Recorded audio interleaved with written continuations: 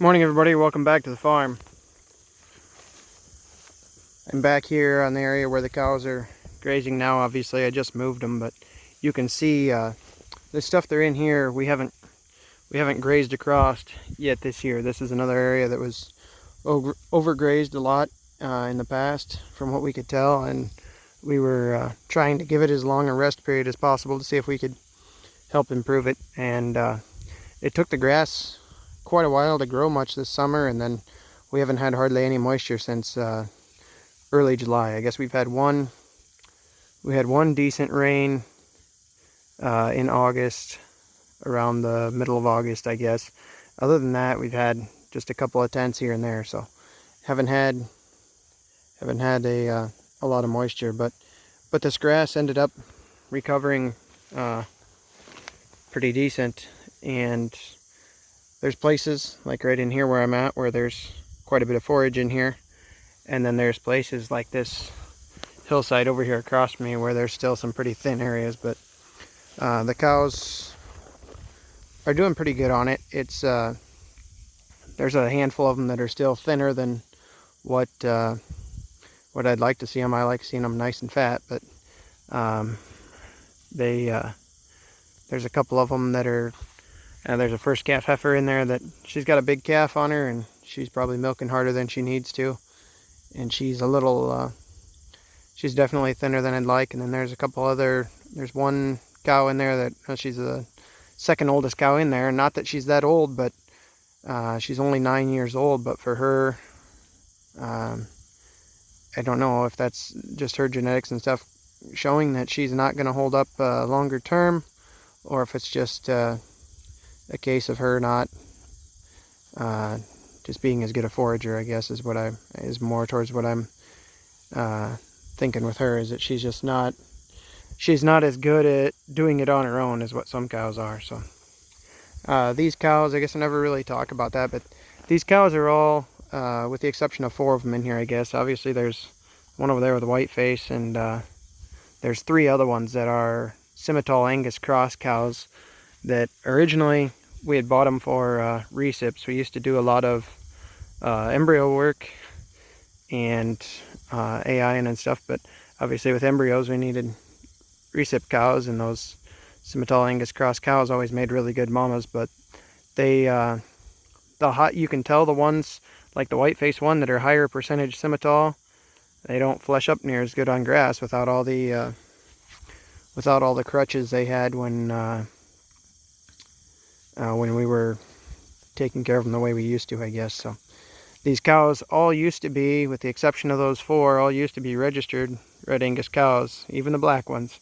There's some black outcross genetics in here that were either embryos we had bought, or we had flushed to black Angus bulls, trying to get some different outcross genetics into the Red Angus cattle that we had. But these cattle, I actually didn't register any of them this year, and any of the calves. I just have gotten, for as much as we used to do with the registered stuff and all the time we used to spend with it, I just haven't seen the benefit of it the last several years. And one of the things that's always bothered me with it is, you can have all the numbers you want, and people know how to manipulate numbers and how to get the numbers they want, and to do all those, and to try to make, move cattle around different contemporary groups, different things like that, to try to make the performance look better than maybe what you'd ever see out of them on your operation. But some people love the registered thing, and I guess I've kind of gotten a little bit frustrated with it over the years. I don't feel like it's always a true depiction of what those cattle are going to do, or very rarely really do I feel like it's a true depiction of it, unless you're going to run them in a high input operation where you're supplementing them all the time. Then yeah, you're going to see the performance out of them. But if you're trying to run them on grass and do what we're doing with them here, and what we've been trying to do the last couple of years with them on the other pastures we had, then you start to find the holes in a lot of them, and you start to find a lot of them that can't perform. But these are basically the ones that are still doing well out of the registered cows that we started with. And a couple times we've had to cut back numbers, so obviously we got rid of the ones that weren't performing as well with the way we were managing them. And we've still got some in here that need to go.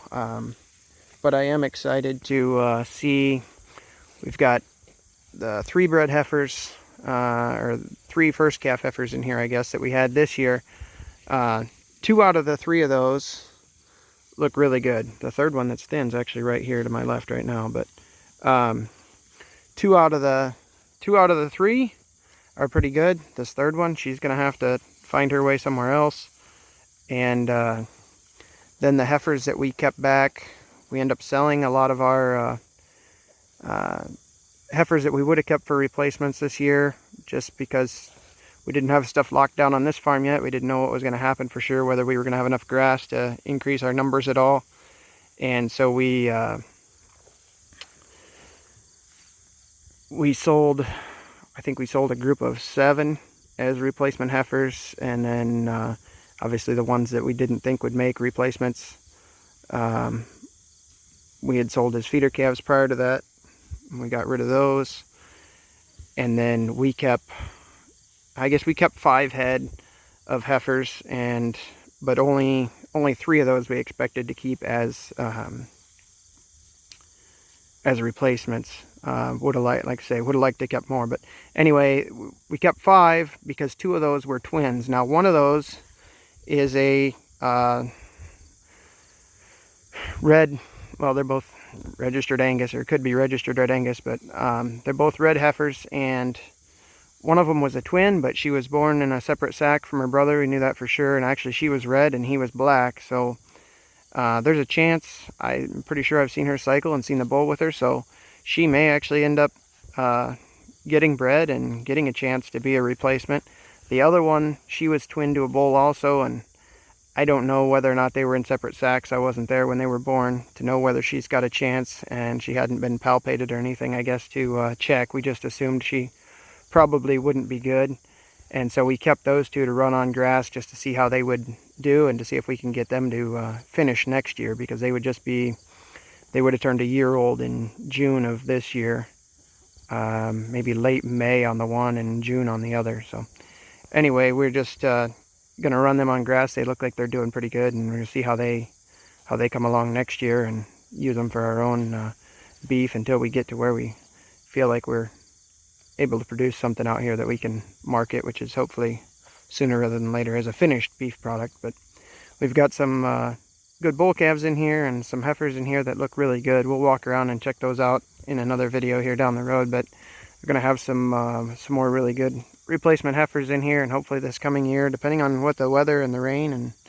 hay and all these things do,